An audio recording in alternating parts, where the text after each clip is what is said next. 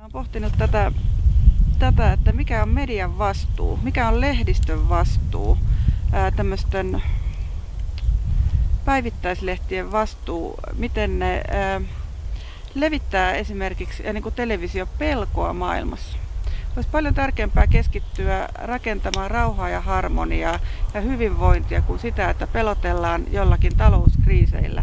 Että tämmöiseen toimittajien koulutukseen esimerkiksi otettaisiin tämmöinen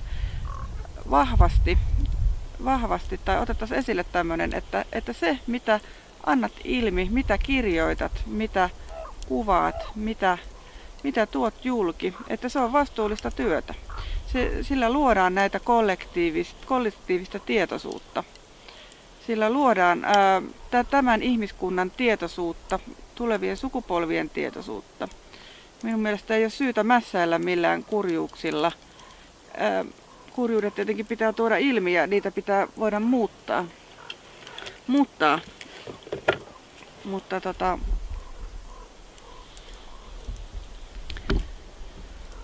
tähän me tarvittaisiin tämmöisiä niin kutsuttuja mediashamaaneita varmasti, mediatietäjiä. Ei me tarvita juoruja joidenkin julkisten yksityiselämän raadollisuuksista. Vai tarvitaanko? Voihan se tietysti auttaa jotakin, mutta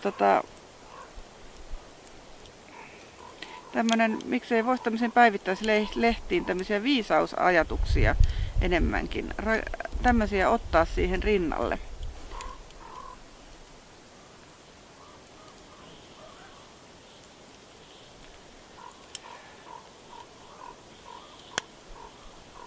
Tämmöisiä olen pohdiskellut.